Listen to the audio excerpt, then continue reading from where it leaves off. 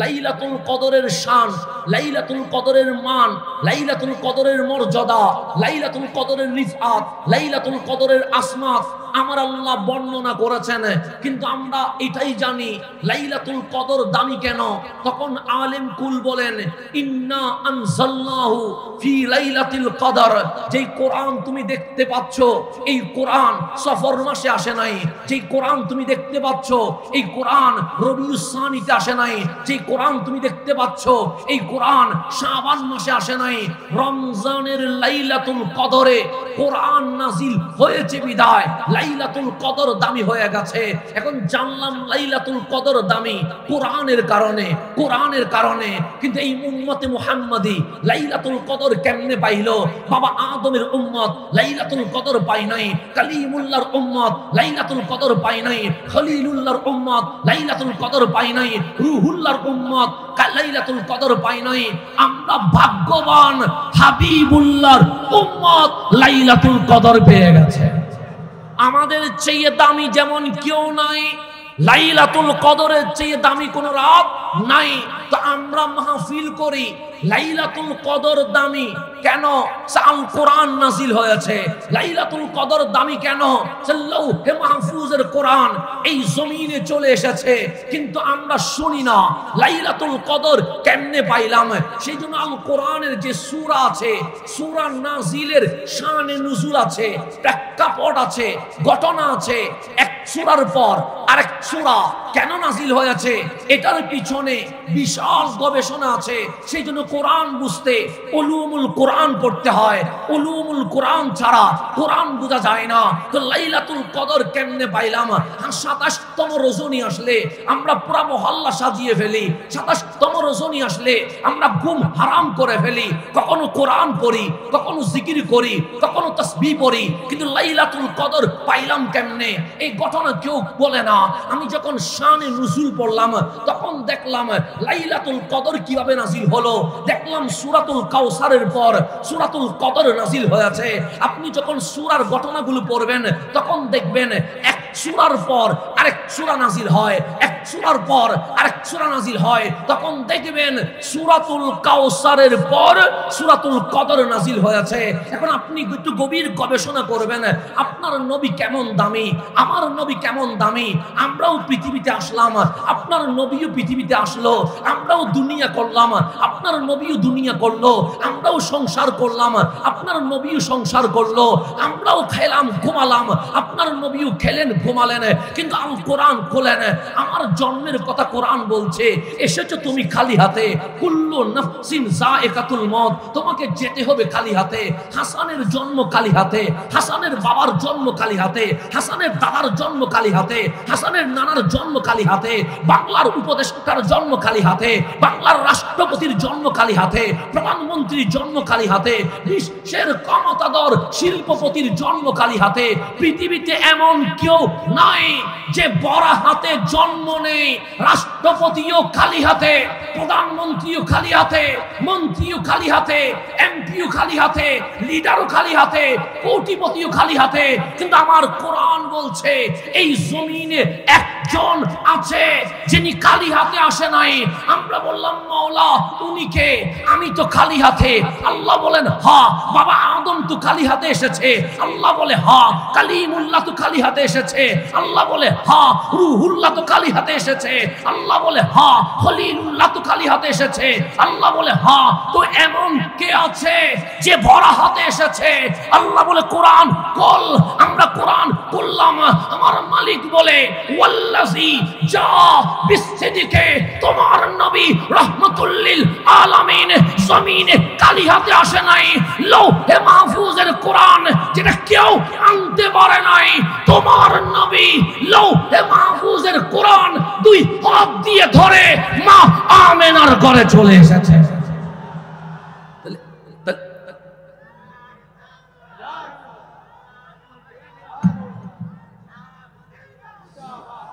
তাহলে গভীর মনোযোগ, আমার কোরআন বলছে সবার জন্ম খালি হাতে, কিন্তু ওয়াল্লাযী জা বিসসিদকে, ওয়াল্লাযী জা মানে তিনি এসেছেন, তিনার নাম রাহমাতুল লিল আলামিন। কিভাবে আসলেন? সে বিসিদিকে, সত্য নিয়ে। এই সত্যের নাম কোরআন। আজ রমজান দামি কেন? বলবেন কোরআনের কারণে। লাইলাতুল কদর দামি কেন? বলবেন কোরআনের কারণে। হাসানের মাহফিল শুনেন কেন? বলবেন কোরআনের কারণে। এই মাহফিল জান্নাতের বাগান হইল কেমনে? বলবেন কোরআনের কারণে। আমি হাসান বলি কোরআন চাই, আপনিও বলেন কোরআন চাই। আমার আগে হযরতে বেলাল উদ্দিন নুমানি বলেছেন আমরা কোরআনের আইন চাই, আমরা কোরআনের শাসন চাই। হ্যাঁ, আমরাও বলতে চাই। আজ আসিয়া নামক এক ছোট্ট মহিলা, এক নাবালক সন্তান শিশু হে মরে গেছে, কিন্তু ধর্ষণের বিচার পায় নাই কেন? আমি গবেষণা করে দেখলাম এই বাংলার আইন চলে ব্রিটিশ ল মোতাবেক। যেখানে ব্রিটিশ আইন আছে সেখানে মুসলিম তার অধিকার খুঁজে পায় না। কোরআনের আইন বাস্তবায়ন হলেই মুসলিম তার অধিকার খুঁজে পাবে।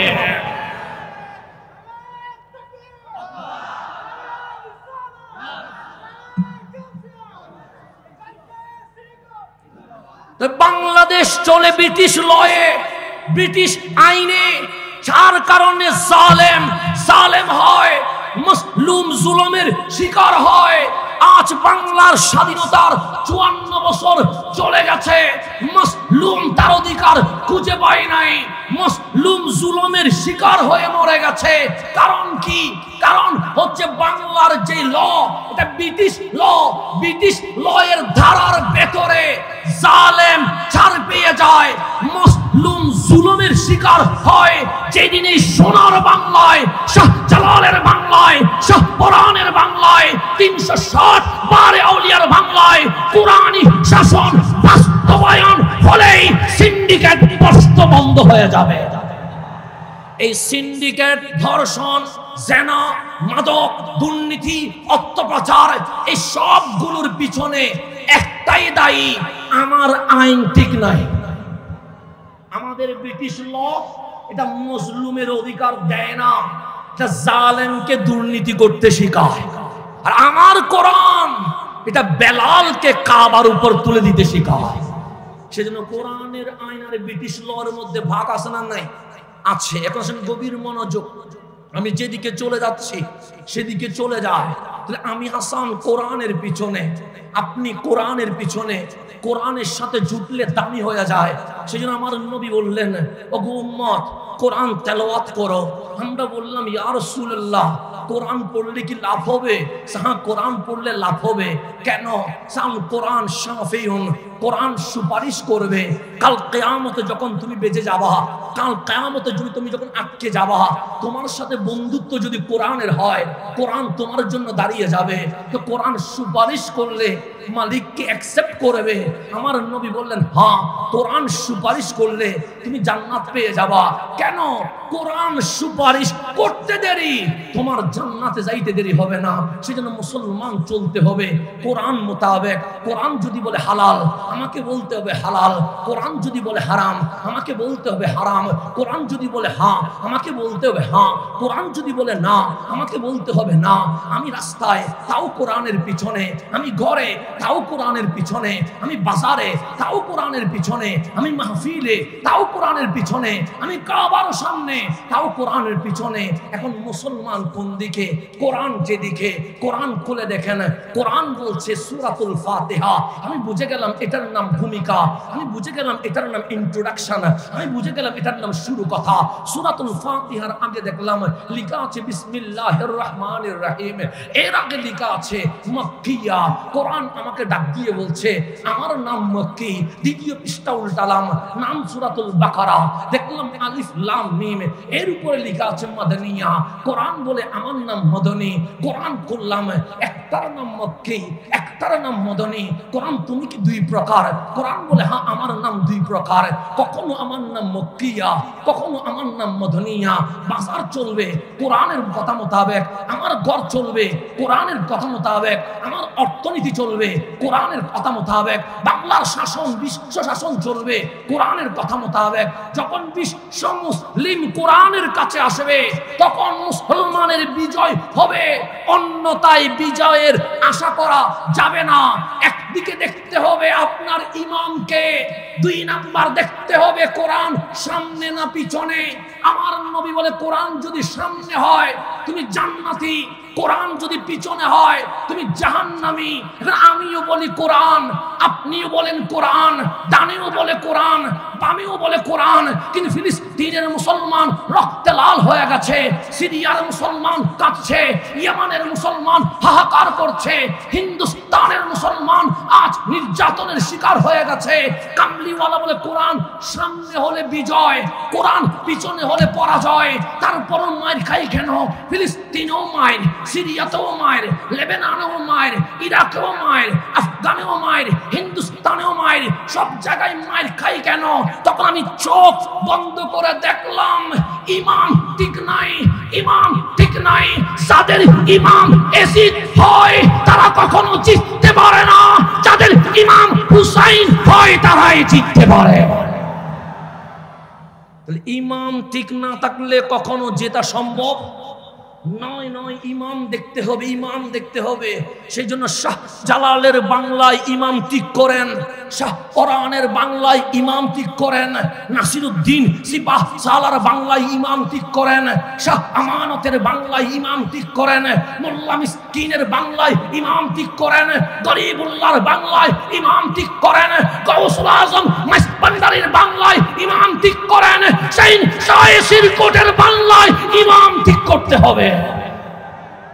আজকে ইমাম ঠিক নাই, ইমাম ঠিক না থাকার কারণে মায়ের ইমাম ঠিক নাই। এখন বলবেন হুজুর ইমাম কাকে বানাতে হবে? এখন বলেন ফিলিস্তিনের মুসলমান মায়ের খায় কি খায় না? খাই তো নাকি? আজকে আপনি কাঁদছেন কার জন্য? ফিলিস্তিনের মুসলমানের জন্য। কেন? আমরা ইফতার করতে পানি নিয়ে বসে আছি, আর ইফতারের মুহূর্তে মসজিদে আকসা রক্তে লাল হয়ে গেছে। ফিলিস্তিনের যে দৃশ্য আপনি দেখতে পাচ্ছেন, আজ থেকে 800 বছর আগে সোনার বাংলায় মুসলমানের রাজ্য ছিল না, মগের রাজ্যই ছিল। এই বাংলাদেশেও ইসরায়েলের মতো একটা ভূমি ছিল, কিন্তু আজ 90% মুসলমান। আপনি বলবেন কেমনে আসছে? তখন দেখবেন একজনের নাম আসবে, নাম তার শাহ জালাল ইয়ামানি। তিনি এসেছেন। শাহ জালাল যখন বাংলায় এসেছেন 360 আউলিয়া নিয়ে এসেছেন। কিন্তু আপনারে যদি বলি মুসলিম সেনাপতির নাম কি, তখন আপনি বলবেন না শাহ পরাণ। শাহ পরাণ শাহ জালালের আপন বাগিনা, কিন্তু বাগিনারে সেনাপতি বানাই নাই। 360 আউলিয়ার মাঝে অনেক আত্মীয় স্বজন ছিল, কিন্তু শাহ জালাল সেনাপতি বানাই নাই। কারে সেনাপতি বানাইছে? নাম তার নাসিরউদ্দিন সিপাহ সালাহ। ওনারা বললেন তুমি সেনাপতি। এখন আপনি জিজ্ঞেস করেন এই শাহ জালাল আপনার বাগিনাকে শাহ পরাণ ছিল না? শাহ জালাল বলবে হ্যাঁ শাহ পরাণ ছিল। তো সেনাপতি বানান নাই কেন? ওনারে সেনাপতি বানাবো না। 360 আউলিয়ার মাঝে আপনার রক্তের বন্ধনে অনেক আত্মীয় স্বজন কি ছিল না? শাহ জালাল বলবে হ্যাঁ ছিল, কিন্তু সেনাপতি বানাবো না। আমরা বললাম নাসিরউদ্দিন সিপাহ সালাহ এমন কি আছে ওনার মাঝে যাকে আপনি সেনাপতি বানিয়ে দিয়েছেন? শাহ জালাল ডাক দিয়ে বলে 360 আউলিয়ার মাঝে একজন নবী বংশের ফুল আওলাদ রাসূল আছে, নাম তার নাসিরউদ্দিন সিপাহ সালাহ। আমি শাহ জালাল নাসিরউদ্দিন সিপাহ সালাহকে ইমাম বানায়া, সেনাপতি বানায়া বিশ্ব মুসলিমকে মেসেজ দিলাম, নাসিরউদ্দিন সিপাহ সালাহর রক্তে কামলিওয়ালা নবীর রক্ত বহমান আছে। শুয়ে আছে নাসিরউদ্দিন, বসে আছে নাসিরউদ্দিন, দাঁড়িয়ে আছে নাসিরউদ্দিন সোনার বাংলায়, কিন্তু কানেকশন সোনার মদিনায়।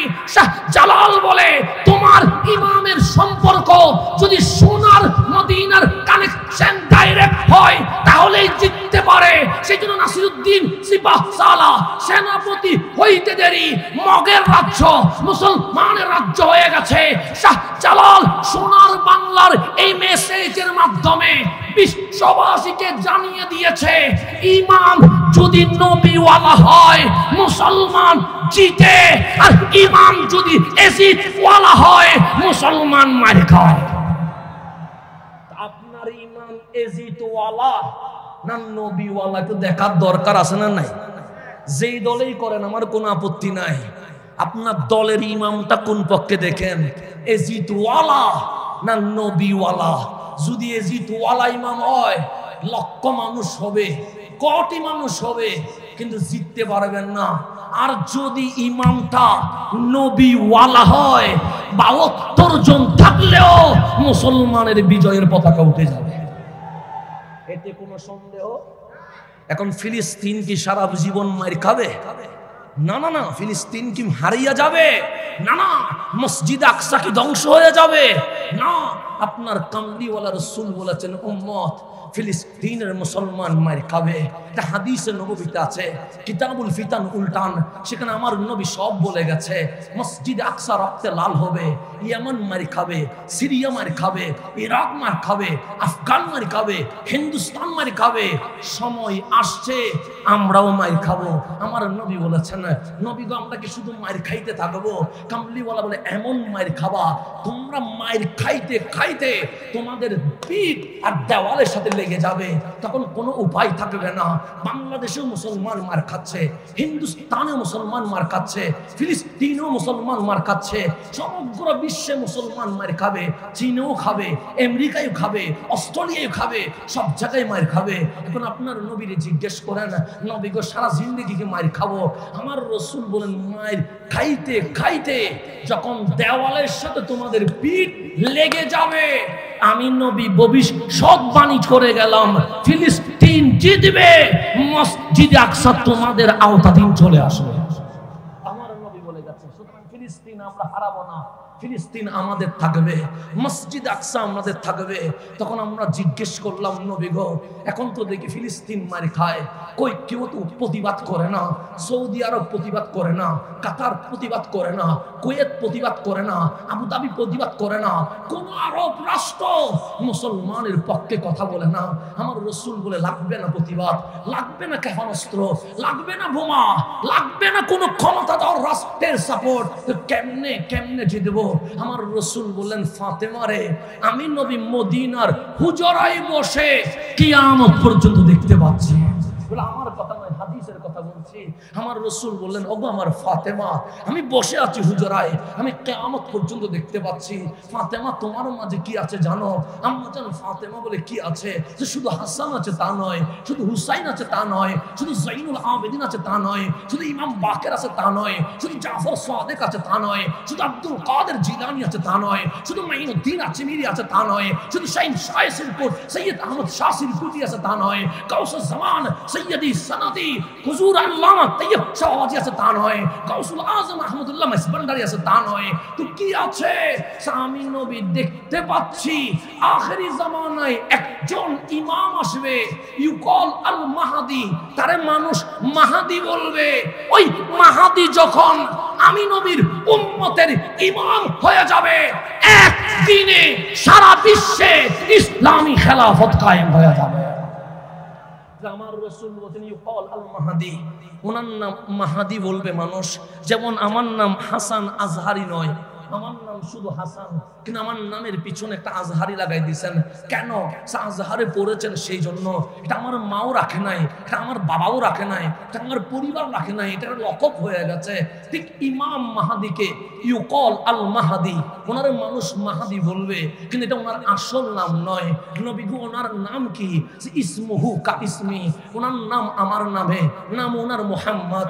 ওনার মায়ের নাম আমার মায়ের নামে, মায়ের নাম আমেনা। ওনার বাবার নাম আমার বাবার নামে, নাম ওনার বাবার আব্দুল্লাহ। আমার রাসূল বলেন, ওনার নাম হবে মুহাম্মদ, ওনার মায়ের নাম হবে আমেনা, ওনার বাবার নাম হবে আব্দুল্লাহ। উনি মদিনা থেকে চলে আসবে মক্কায়, খানায়ে কাবার সামনে বসবে। উনি চাইবে গোপন হইতে, কিন্তু আল্লাহ ওনাকে প্রকাশ করে দিবে। ওই খানায়ে কাবার সামনে 313 জন বায়াত হবে। এই 313 জন নিয়ে উনি ফিলিস্তিন অভিমুখে রওনা হবে। প্রতিমধ্যে ঈসা রুহুল্লাহ নেমে আসবে। ঠিক যখন মাহাদি আর ঈসা রুহুল্লাহর বাহিনী সামনে যাবে, মুসলমান জিতে যাবে। এখন মাহাদি কার ছেলে হবে? আমার বংশে আসবে? না না না। আমার দাদার বংশে আসবে? না না না। আমার মেহমানের বংশে আসবে? না না না। আমার রাসূল বলছে, ফাতেমা আমি দেখতে পাচ্ছি আল মাহাদিউ মিন ইতরাতি মিন ওয়ালাদি ফাতেমা, মাহাদি নবী পরিবারের বংশধর, ফাতেমার আওলাদ, বাবার দিক থেকে হুসাইনি, মায়ের দিক থেকে হাসানি, সর্বশেষ আওলাদে রাসূল এই জমিনে যখন আসবে, বিশ্ব মুসলিম যখন এজিদ নয় আওলাদে রাসূলকে ইমাম মানবে, সেই দিন ইসলামী খেলাফত কায়েম হয়ে যাবে। আওলাদে রাসূল কি হইতে হবে? ইমাম হইতে হবে। ইমাম হবে আওলাদে রাসূল। আর বাংলাদেশে আপনি আওলাদে রাসূল বললে হাসেন, তামাশা করেন, টিটকারি করেন। আর আমার রাসূল বলছে আল মাহদি মিন ইতরাতি, মাহদি আমার পরিবারের, মিন ওয়ালাদি ফাতেমা, আমার ফাতেমার আওলাদ। অনেকেই বলে আবার আওলাদে রাসূল এগুলা কি? এগুলা তো কিছুই নাই। আর আমার নবী বলছে তোমরা যখন মাইর খাবা, তোমাদের পিঠ যখন দেওয়ালে লেগে যাবে, যেই ইমাম এসে এই জমিনে ইসলামের বিজয় আনবে, উনি ইমাম মাহদি, উনি কারো বংশধর নয়, উনি নবীর বংশধর। তাহলে আওলাদে রাসূল মানা লাগবে কি লাগবে না? লাগবে। আমি এখানে একটা ছোট্ট ঘটনা বলে ফেলি, গভীর মনোযোগ দিবেন। মাহফিল চলছে, এখন আমরা মসজিদে নামাজ পড়ি কি পড়ি না? পড়ি তো। তখন যখন আমি ইমাম হই, তখন আপনারা আমার পিছনে নামাজ পড়েন। যখন কোন হুজুর ইমাম হয়, তখন আপনারা হুজুরের পিছনে নামাজ পড়েন। এখন বুকে হাত দিয়ে বলেন, আজকে যদি ঈসা আলাইহিস সালাম চতুর্থ আসমান থেকে চলে আসে, আমরা কি আর কারো পিছনে নামাজ পড়ব? কারো পিছনে নামাজ পড়ব? ঈসা আলাইহিস সালামের পিছনে। কেন? উনি একজন নবী, উনি একজন রাসূল, উনি বাবা ছাড়া আল্লাহর কুদরত রুহুল্লাহ হইয়া মা মারিয়ামের মাধ্যমে জমিনে চলে এসেছেন। শুধু উনি রাসূল নয়, উনি রুহুল্লাহ, যার কথা কোরআনের পৃষ্ঠায় পৃষ্ঠায় আছে। উনি দামি না অদামি? বেশি না কম? আপনি সহিহ হাদিস উল্টান, আমার রাসূল বললেন উনি চতুর্থ আসমান থেকে নামবে, তখন ওয়াক্তুস সালাহ, নামাজের সময় চলবে। নামাজের সময় যখন হবে, আযান হয়ে যাবে, সুন্নত আদায় হয়ে যাবে। সুন্নত যখন হয়ে যাবে, ইকামত হয়ে যাবে। এখন ইমাম তো লাগবে। দুইজন আছে, একজনের নাম ইমাম মাহদি, আরেকজনের নাম ঈসা রুহুল্লাহ। এখন নামাজ পড়াবে কে? কামলিওয়ালা বলে ইমাম মাহদি বলবে, আই ঈসা, আপনি একজন নবী, আপনি একজন রাসূল, আপনার উপর আসমানি কিতাব ইনজিল নাজিল হয়েছে, আপনি বাবা ছাড়া মায়ের মাধ্যমে জমিন এসেছেন, রুহুল্লাহ, ইমামতি আপনি করান। তখন ঈসা রুহুল্লাহ বলবে, আই ইমাম মাহদি, আমারে কি বলছেন? সে নবী বলছি, রাসূল বলছি। ঈসা রুহুল্লাহ বলবে, নবী বলিয়েন না, রাসূল বলিয়েন না। সে কেন? সে নবী হওয়া গর্বের বিষয় না, রাসূল হওয়া গর্বের বিষয় না।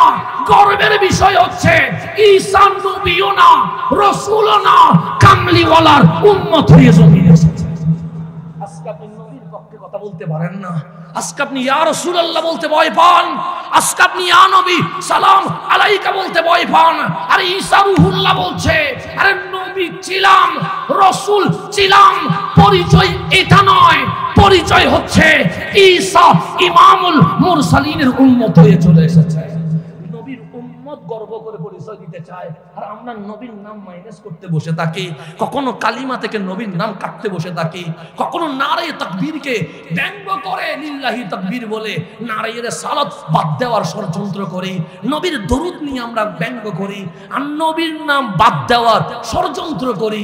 আর ঈসা রুহুল্লাহ বলে নবী ছিলাম, রাসূল ছিলাম, এই পরিচয় বহন করতে চায় না। পরিচয় হচ্ছে আমি দয়াল নবীর উম্মত। তখন ইমাম মাহদি বলবে, হা হা, আজকে উম্মত, আগে তো নবী রাসূল ছিলেন, নামাজটা পড়ায়া দেন। রুহুল্লাহ বলবে, আমি তো উম্মত, আপনি তো আওলাদে রাসূল, আপনার শরীরে তো রাসূল পাকের রক্ত মুবারক বহমান। ঈসা ধন্য হবে যদি আওলাদে রাসূলের পিছনে নামাজ পড়তে পারে। ঈসা রুহুল্লাহ দাঁড়ায়া বলছে, আমি ইমাম মাহদির পিছনে নামাজ পড়ব, আমি আওলাদ রাসূলের পিছনে নামাজ পড়ব। আর আপনারা আওলাদ রাসূল নাম শুনলে মাথা গরম হয়ে যায়, হাসি ঠাট্টা করেন। আজ ইমাম হাসান ইমাম হুসাইনের মাহফিল, আজ কারবালার মাহফিল। আমরা হাসানীয়, আমরা হুসাইনীয়, আমরা সাহাবায়ে কেরামকে তাজিম করি, আহলে বাইতের গোলামি করি। এটার নাম আহলে সুন্নাত ওয়াল জামাত। এখান থেকে লড়ে যাওয়ার কোনো সুযোগ নাই। আমার রাসূল বলে কাইফা আনতুম, তোমাদের কেমন আনন্দ হবে, কেমন উল্লাস হবে। আমরা বললাম নবী গো কখন? বলছে ঈসা ফিকুম, যখন ঈসা তোমাদের মাঝেই থাকবে তখন কি হবে? নামাজের সময়ে ঈসা ইমামতি করবে না, ওয়া ইমামুকুম মিনকুম, ইমাম হবে তোমাদের ইমাম, ইমাম মাহদি। ইমাম মাহদি নামাজ পড়াবে, ঈসা রূহুল্লাহ ইমাম মাহাদির পিছনে নামাজ পড়বে। তাহলে এখান থেকে আমরা বুঝলাম শাহজালাল বলছে সেনাপতি হবে নাসিরউদ্দিন সিপাহসালা। সিপাহসালা ইমাম হইতে দেরি, সোনার বাংলা মুসলমানের রাজ্য হয়ে গেছে। আমার নবী ভবিষ্যৎবাণী করলেন ইমাম মাহাদি আওলাদ রাসূল যখন ইমাম হবে তোমাদের বিজয় চলে আসবে। এখান থেকে প্রমাণিত হয়ে গেছে সোনার বাংলায় কেউ যদি বলে ইসলামী খেলাফত চায়, ইসলামী খেলাফত কায়েম করতে চায়, তখন দেখতে হবে তাদের ইমামটাকে। ব্যানার দেখলে দৌড় দে, কি দেখলে? ব্যানার দেখলে দৌড় দে। ইসলামী খেলাফত চাই বলে ব্যানার করলে আগে দেখবেন ইমামটাকে। যদি নাসিরউদ্দিন সিপাহসালার উত্তরসূরি হয়, যদি শাহজালালের উত্তরসূরি হয়, যদি গৌসে মাসভান্ডারির উত্তরসূরি হয়, যদি শাহিন শাহ সিরকোটের উত্তরসূরি হয়, যদি শাহ কোরআনের উত্তরসূরি হয়, যদি 360 বারে আউলিয়ার উত্তরসূরি হয়, তাহলে ইসলামী খেলাফত কায়েম হবে। এজিদ ওয়ালা ইমাম দিয়ে ইসলামী খেলাফত কায়েম হবে না, ইহুদি খ্রিস্টানের দালাল কায়েম হবে। আমাদের মনে রাখতে হবে, আমাদেরকে মনে রাখতে হবে। সেই জন্য পোস্টার দেখলে দৌড় দিয়েন না, ব্যানার দেখলে দৌড় দিয়েন না। আগে দেখবেন ওই ব্যানারের সামনে ইমামকে দাঁড়িয়েছে, দেখবেন ওই ইমামটাকে। যদি ইমাম হয় আহলে সুন্নাত ওয়াল জামাতের 100 বার সেলুট দিবেন। আর যদি দেখেন ইমামটা হুসাইন বিরোধী, ইমামটা হাসান বিরোধী, ইমামটা এজিদের পক্ষের লোক, হাজার চিল্লাইলেও কখনো ইসলামী খেলাফত কায়েম হবে না। এটা মনে রাখবেন। এটা মনে রাখতে পারলে সব ঠিক। আমি আমার বাবার কথা বলি নাই, আমি আপনাকে শাহজালাল ইয়ামানির মেথড দিয়েছি, আমি আপনাকে রহমতুল্লিল আলামিনের মেথড দিয়েছি। আজকে যার নাম বলছেন সালাউদ্দিন আইয়ুবী, সালাউদ্দিন আইয়ুবী, শুধু দোয়া করেন আল্লাহ সালাউদ্দিন আইয়ুবী চাই। আপনি জীবনে কখনো জিজ্ঞেস করেন নাই কেন সালাউদ্দিন আইয়ুবী উনি কোন আকীদার? আপনি জিজ্ঞেস করেন নাই কেন সালাউদ্দিন আইয়ুবী উনি কোন তরিকার? আপনি জিজ্ঞেস করেন নাই কেন সালাউদ্দিন আইয়ুবী তার বুকে কোন আকীদা লালন করে? আপনারা তো জানেন আল আজহার, আল আজহারে পড়লে আপনারা আজহারি বলেন। এই আল আজহার শিয়াদের ছিল। এই আল আজহারকে আকীদায়ে আহলে সুন্নাত ওয়াল জামাতের উপর যিনি ভিত্তি দিয়েছেন ওনার নাম সালাউদ্দিন আইয়ুবী। আহলে সুন্নাত ওয়াল জামাতের ইমাম, উনি ইমাম ছিলেন আহলে সুন্নাত ওয়াল জামাতের। বাংলাদেশের সেনা প্রধান আছে না নাই? কয়জন? একজন। তো কেন? বাংলাদেশ রাষ্ট্র একটা, তো একটা রাষ্ট্রে সেনাবাহিনীর প্রধান থাকবে কয়টা? একটা। কিন্তু সালাউদ্দিন আইয়ুবী তো এক দেশের রাষ্ট্রনায়ক না, অর্ধ জাহানের রাষ্ট্রনায়ক। ওনার সেনাপতি ছিলেন 80 জন। কয়জন? 80 জন ওনার সেনা প্রধান ছিলেন। কেন? মিশর ওনার আন্ডারে, ফিলিস্তিন ওনার আন্ডারে, ইয়ামান ওনার আন্ডারে, সিরিয়া ওনার আন্ডারে, ইরাক ওনার আন্ডারে, এভাবে করে প্রায় জাহানের অর্ধেক ওনার আন্ডারে। ওনার সেনা প্রধান ছিলেন 80 জন। সেনা প্রধান গুলো কার? উনি আত্মীয় দেখে সেনা প্রধান বানায় নাই, উনি ফুফাতো ভাই মামাতো ভাইকে সেনা প্রধান বানায় নাই, উনি চাচাতো ভাই খালাতো ভাইকে সেনা প্রধান বানায় নাই। 80 জন সেনাপতির মাঝে 3 ভাগের 2 ভাগ আমার হুজুর গাউসে পাক আব্দুল কাদের জিলানীর সরাসরি খলিফা ছিল। সরাসরি কি ছিল? খলিফা ছিল, আমার গাউসে পাকের খলিফা ছিল। তা আপনি কোথায় চলে গেছেন? আর 1 ভাগ যেগুলো ছিল এগুলো কুতুবুল আখতাব সৈয়দুনা রেফাইর খলিফা ছিলেন। আহলে সুন্নাত ওয়াল জামাতের বাইরে সালাউদ্দিন আইয়ুবী কাউরে সেনাপতি বানায় নাই। সেনাপতি বানানোর সময় আগে দেখছে উনি নবীওয়ালা কিনা, উনি সাহাবীওয়ালা কিনা, উনি আহলে বাইতওয়ালা কিনা। সেজন্য ইমাম বানানোর সময় দেখতে হবে আকীদা ঠিক আছে কিনা। আপনি তো বলেন হুজুর খালিদ বিন ওয়ালিদ কি জন্ম নিবে না? খালিদ বিন ওয়ালিদ কি জন্ম নিবে না? আমি আপনারে জিজ্ঞেস করব খালিদ বিন ওয়ালিদ উনি কে? তখন বলবেন উনি সাইফুম মিন সুয়ুফি ফিল্লাহ, উনি আল্লাহর তরবারে। খালিদ বিন ওয়ালিদ উনি কে? আপনি বলবেন উনি মাঠে নামলে যুদ্ধে বিজয় লাভ করে। খালিদ বিন ওয়ালিদ উনি কে? বুঝলেন উনি হুঙ্কার দিলে কাফের মুশরিক ভয় পায়। খালিদ বিন ওয়ালিদ কে? আপনি বলবেন উনি মানে বিজয়, যেখানে পরাজয় কখনো ধরতে পারে না। এটার নাম খালিদ বিন ওয়ালিদ। খালিদ বিন ওয়ালিদ যখন সেনাপতি হয়ে গেলেন, সিদ্দিক আকবরের আমলেও খালিদ বিন ওয়ালিদ সেনাপতি, ফারুক আজমের প্রথম যুগে খালিদ বিন ওয়ালিদ ছিলেন সেনাপতি। চতুর্দিকে একটা নাম সুনাম জুটে গেছে, খালিদ বিন ওয়ালিদ মানে বিজয়, খালিদ বিন ওয়ালিদ মানে জয়। খালিদ বিন ওয়ালিদ যেখানে, ইসলামের বিজয় সেখানে। চতুর্দিকে খালিদ বিন ওয়ালিদের স্লোগান চলছে। আমার স্লোগান দিলে আমি খুশি হয়ে যাই, আপনার স্লোগান দিলে আপনি খুশি হয়ে যান, কিন্তু ইসলামের খলিফাদের দিকে তাকান, আমার নবীর সাহাবীদের দিকে তাকান। খালিদ বিন ওয়ালিদ যখন শুনলেন চতুর্দিকে আকাশে বাতাসে ওনার স্লোগান চলছে, উনি যুদ্ধের মাঠের মাঝখানে চলে এসেছে, ডাক দিলেন ইয়া আইয়ুহাল মুজাহিদুন, হে ইসলামী মুজাহিদরা আমার পাশে এসো। সব যোদ্ধারা চলে আসছে, যেখানে তাবিউ আছে, যেখানে সাহাবীও আছে। সবার সামনে খালিদ বিন ওয়ালিদ বললেন আপনারা কি আমার স্লোগান দিয়েছেন? হ্যাঁ দিয়েছি। খালিদ বিন ওয়ালিদ বললেন লিমাজা, কেন দিয়েছেন? সবাই বললেন কেন দিব না, আপনি তরবারি নিয়ে নামলে ইসলামের বিজয় হয়ে যায়, আপনি হুঙ্কার দিলে মুশরিক তরতর করে কাঁপে, আপনি যুদ্ধের ময়দানে নামলে কালিমার পতাকা পথ করে উঠে যায়। তখন খালিদ বিন ওয়ালিদের চোখ দিয়ে পানি বের হয়ে গেছে, ডাক দিয়ে বললেন ওহে ইসলামী যোদ্ধাগণ, আপনারা কি মনে করেছেন আমার তরবারি ইসলামকে বিজয় দিয়েছে? সবাই বললেন তাই তো মনে করেছি। আপনারা কি মনে করেছেন আমার চোখ রাঙ্গানো ইসলামের বিজয় দিয়েছে? সবাই বললেন তাই তো মনে করেছি। আপনারা কি মনে করেছেন আমার হুঙ্কার ইসলামের বিজয় দিয়েছে? সবাই বললেন হ্যাঁ তাই তো মনে করেছি। খালিদ বিন ওয়ালিদ ডাক দিয়ে বললেন আমার তরবারি ইসলামের বিজয় দেয় নাই, আমার হুঙ্কার ইসলামের বিজয় দেয় নাই, আমার চোখ রাঙ্গানো ইসলামের বিজয় দেয় নাই, যুদ্ধের ময়দানে আমার জিহাদ করা ইসলামের বিজয় দেয় নাই। আরে সবাই বললেন কিসে ইসলামের বিজয় দিয়েছে, কিসে ইসলামের বিজয় দিয়েছে? খালিদ বিন ওয়ালিদ নিজের পাগড়ি মোবারক খুলে ফেললেন, কোলে একটা চুল মোবারক বের করলেন, ডাক দিয়ে বললেন এটা কি? সেটা চুল, সেটা চুল নয়, চুল মোবারক। সে কেন? সেই চুলটা খালিদ বিন ওয়ালিদের নয়, এই চুলটা রহমতুল্লিল আলামিনের। যেই দিন আমি দয়াল নবীর চুল মোবারক পাগড়ির ভেতরে তাবাররুকান দিয়ে দিয়েছি, সেদিন থেকে আজ পর্যন্ত খালিদ বিন ওয়ালিদ পরাজয় বরণ করে নাই, ইসলামে জিতে গেছে। তা আজ কেউ সোনার বাংলায় কেউ যদি ইসলাম বিজয় করতে চায়, সবচেয়ে কুম্ভীদের সামনে গিয়ে নবীর কদম ধরে যেদিন লব্বাইক ইয়া রাসূলুল্লাহ স্লোগান হবে, খোদার কসম বিশ্বে ইসলামী খেলাফত কায়েম হয়ে যাবে।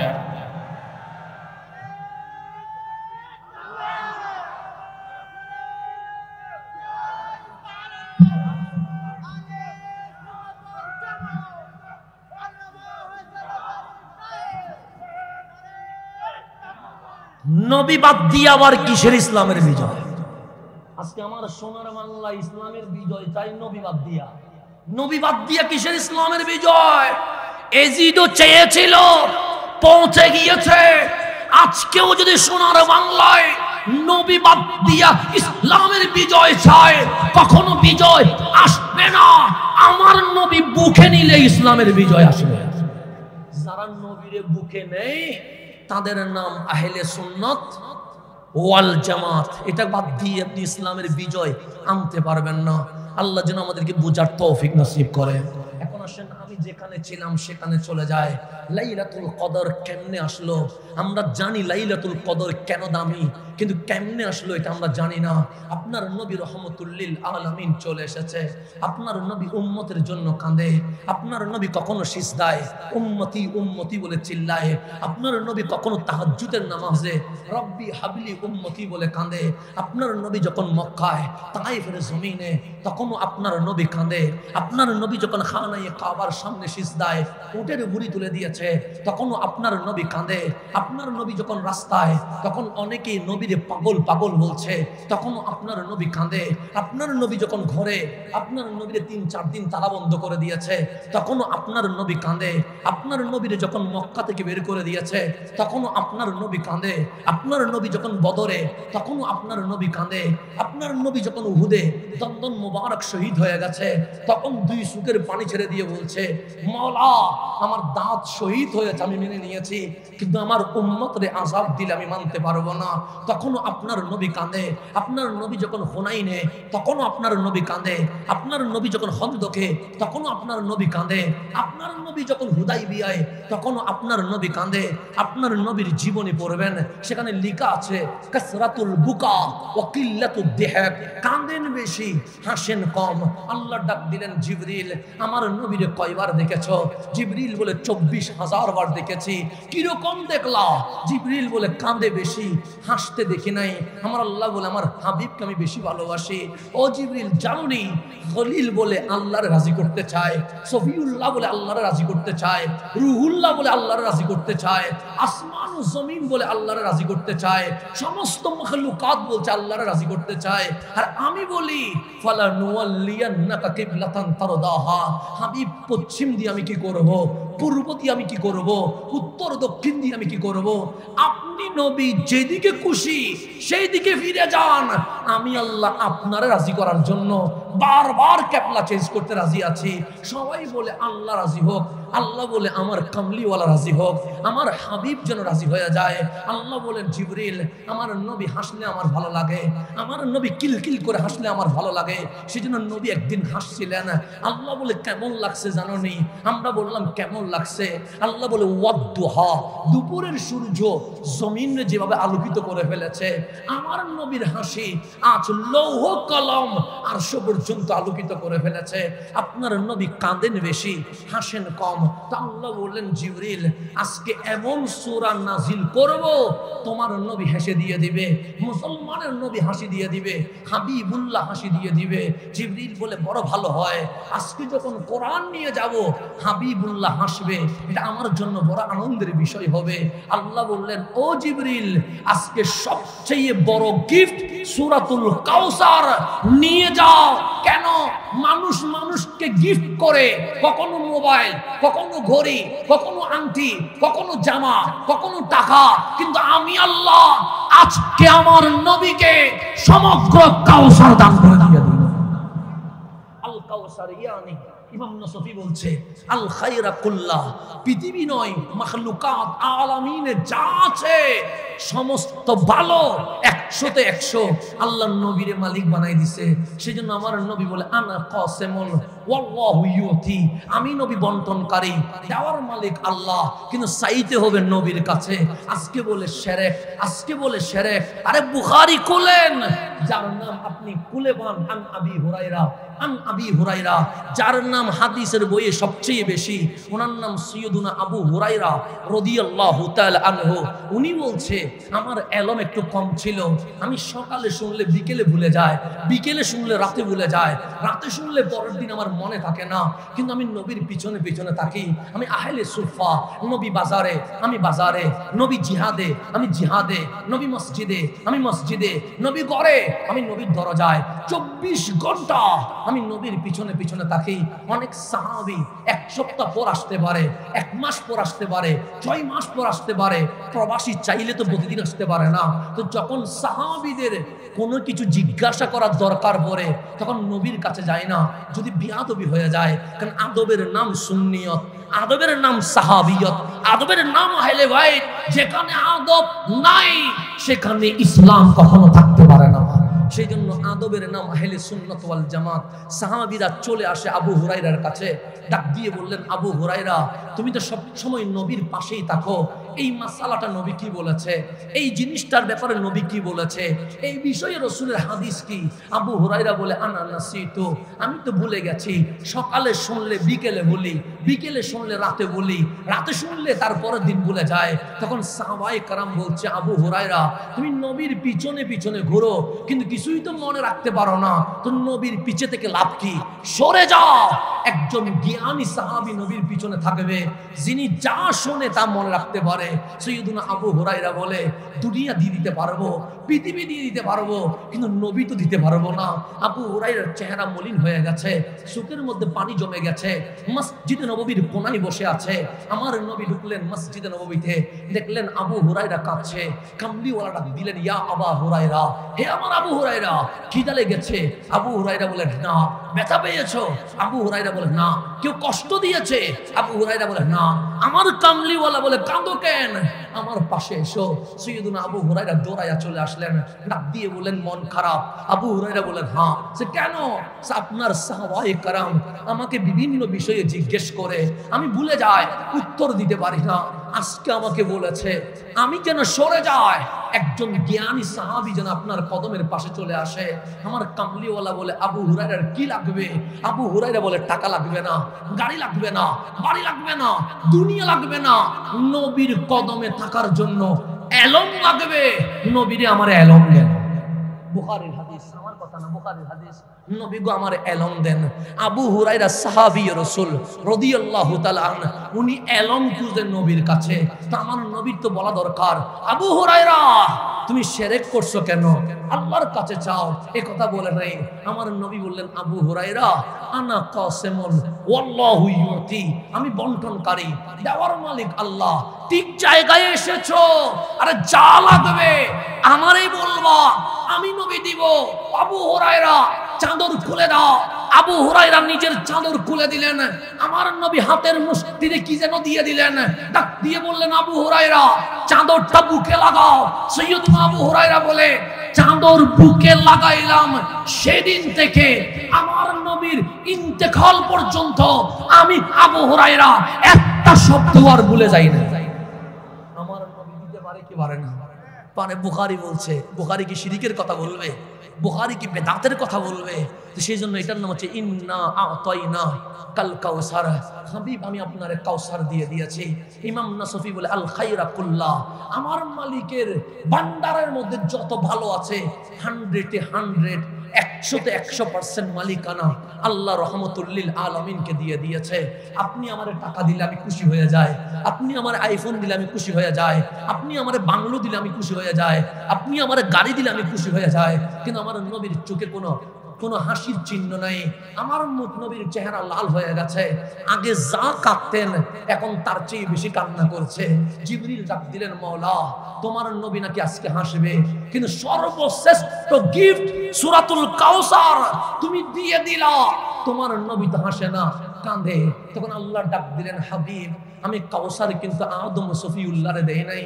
হাবিব বলে জানি আমি কিন্তু কাউসার মুসা কালিমুল্লাহরে দেই নাই। হাবিব বলে জানি আমি কিন্তু কাউসার ইব্রাহিম খলিলুল্লাহকে দেই নাই। হাবিব বলে জানি আমি কিন্তু কাউসার ঈসা রুহুল্লাহরে দেই নাই।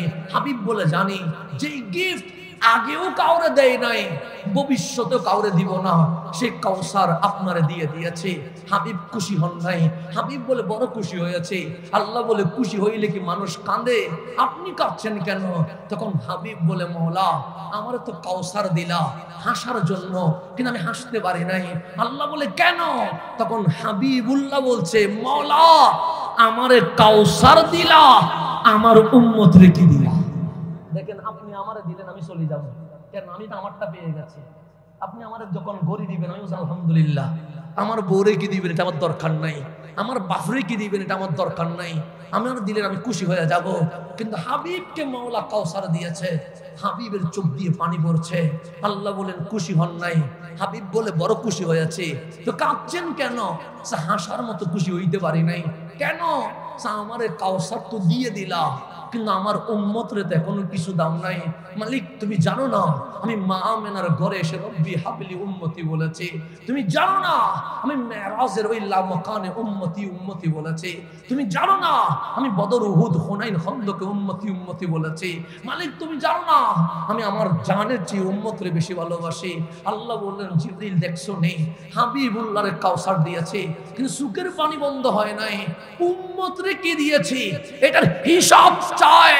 জিবরিল বলছিলাম না আজকে আমার নবীরে হাসাবো, আজকে আমার নবীরে হাসাবো, হাবিব উম্মতরে কিছু দিতে হবে। হাবিব বলে উম্মত না পাইলে আমি খুশি হব না। আল্লাহ বলে ইন্না আকাইনা কাল কাউসার, হাবিব কাউসার আপনি রাখেন। ইন্না আনজালনাহু ফি লাইলাতিল কদর, আপনার উম্মতকে আপনি নবীকে খুশি করার জন্য আমি লাইলাতুল কদর দিয়ে দিয়েছি। এই কথা কেউ বলে না, এই কথা কেউ বলে না। মসজিদের মিম্বরে শুধু বলে ইন্না আনজালনাহু ফি লাইলাতিল কদর, কদর দামি কোরআনের কারণে। আরে কদর পাইছো কেমনে এটা বলো না কেন? কাউসার কেমনে আসলো এটা বলো না কেন? সূরা কাউসারের পরে নাযিল হয়েছে সূরাতুল কদর। শানে নুজুল খুলে দেখেন, সূরাতুল কাউসারের পর নাযিল সূরাতুল কদর। মানুষকে এটা শোনাই না কেন আমি জানি না। উম্মত থেকে নবী আলাদা করতে বসে থাকে। আরে লাইলাতুল কদর, লাইলাতুল কদর হয়েছে আমার নবীর কারণে। আমার নবীরে বাদ দিলে লাইলাতুল কদর হয় না। আল্লাহ বলছেন ইন্না আনজালনাহু ফি লাইলাতিল কদর, হাবিব উম্মতরে লাইলাতুল কদর দিয়ে দিয়েছি। আপনি কাউসার নেন, উম্মতরে কদর দিলাম। এমন কদর দিছি একটা রাত ঈমানের সাথে ইবাদত করবে, 83 বছর 4 মাস লাগাতার ইবাদত করলে যে সওয়াব দিতাম এক লাইলাতুল কদরে তার চেয়ে বেশি সওয়াব দিয়ে কাল হাশরের ময়দানে আপনার উম্মতকে সকল নবী রাসূলের উম্মতের আগে জান্নাতে নিয়ে যাবে। এটা আমার নবীর সদকা। আপনি নবী বাদ দিতে বসে আছেন।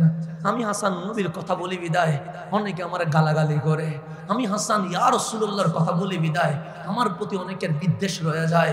নবী বাদ দিলে তো লাইলাতুল কদর নাই, নবী বাদ দিলে তো কোরআন নাই, নবী বাদ দিলে তো নামাজ নাই, নবী বাদ দিলে তো ইসলামই নাই। আরে কোরআন যে কোরআন, এটার দলিলের নাম রহমাতুল লিল আলামিন। লাইলাতুল কদর পাইছেন কার কারণে? আমার নবীর কারণে। কেন? নবী কাউসার পাইয়া হাসে নাই। যখন আল্লাহ বলছেন ইন্না আনজালনাহু ফি লাইলাতিল কদর, তখন আপনার নবী এমন ভাবে হাসলেন। আল্লাহ বললেন ওয়াদুহা, আজকেই সফল। কেন? যে দুপুরের সূর্য জমিনকে আলোকিত করে দিয়েছে। আমার নবীর হাসি আজ লৌহ কলম আরশ পর্যন্ত আলোকিত করে দিয়েছে।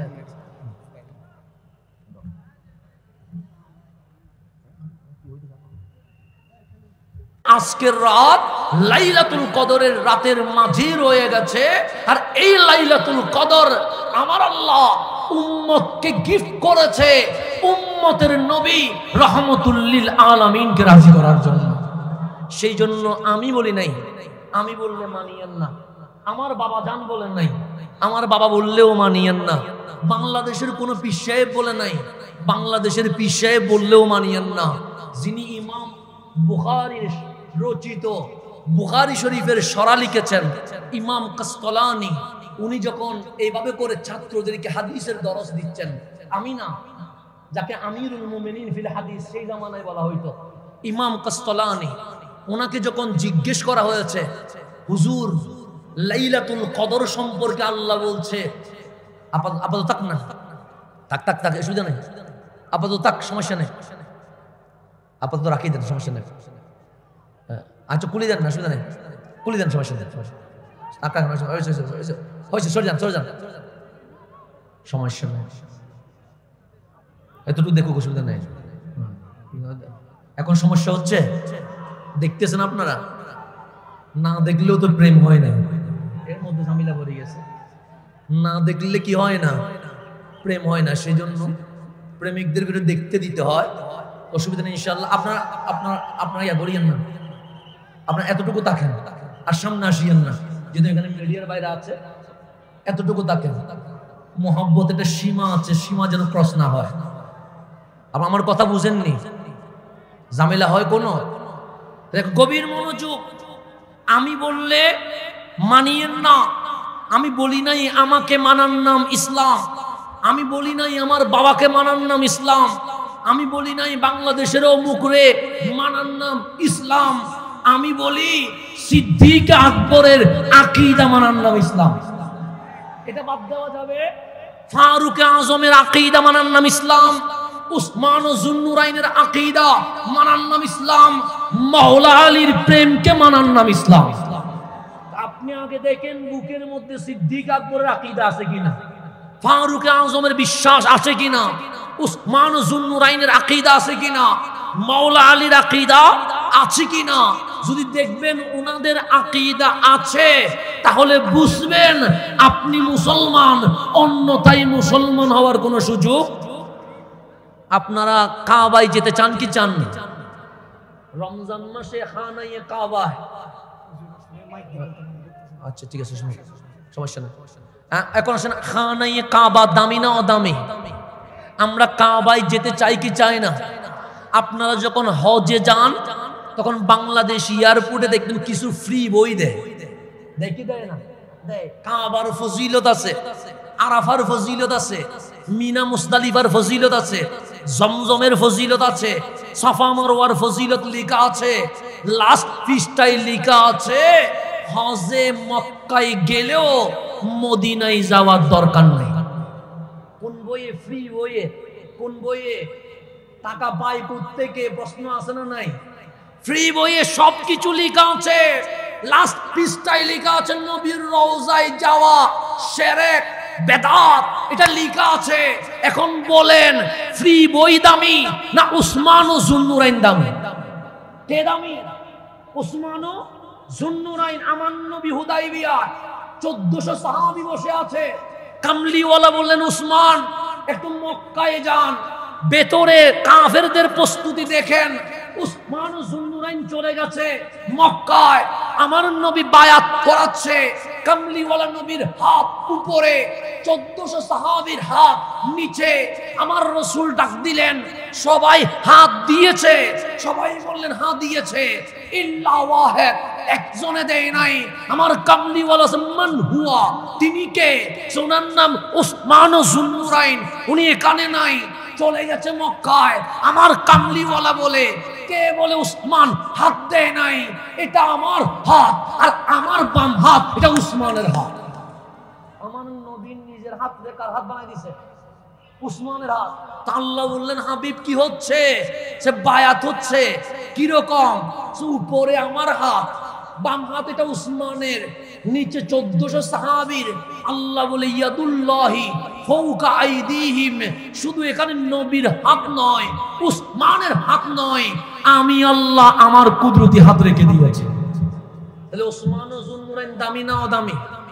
উনি মক্কায় ঢুকে গেছে, মক্কার মুশরিকরা বলছে উসমান জামেলা তোমার নবীর সাথে, তোমার সাথে কোনো জামেলা নাই। খানায়ে কাবা তাওয়াফ করো, গিলাপ ধরো, চুমু দাও, মসজিদে হেরেমে 1 রাকাতে 1 লাখ। তোমার নবী বলেছে নামাজ পড়ো।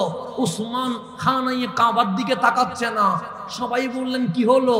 সে একদিকে হুদাইবিয়াতে ইমামুল আম্বিয়া, আরেকদিকে কাবা। আমি উসমান নবীরে পিছনে রেখে খানায়ে কাবা তাওয়াফ করব না। কেন?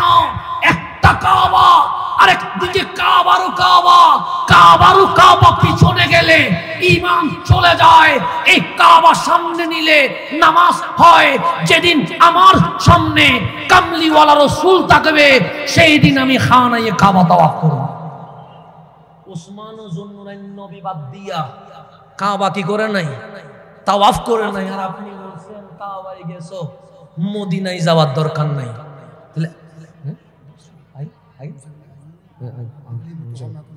খানায়ে কাবা একদিকে কামলিওয়ালা, আরেকদিকে উসমান ও যুন্নুরাইন বলছে কাবা পরে দেখবো, আগে রহমতুল্লিল আলামিনকে দেখবো। কেন? এটা কাবা হলে এটা কাবারও কাবা।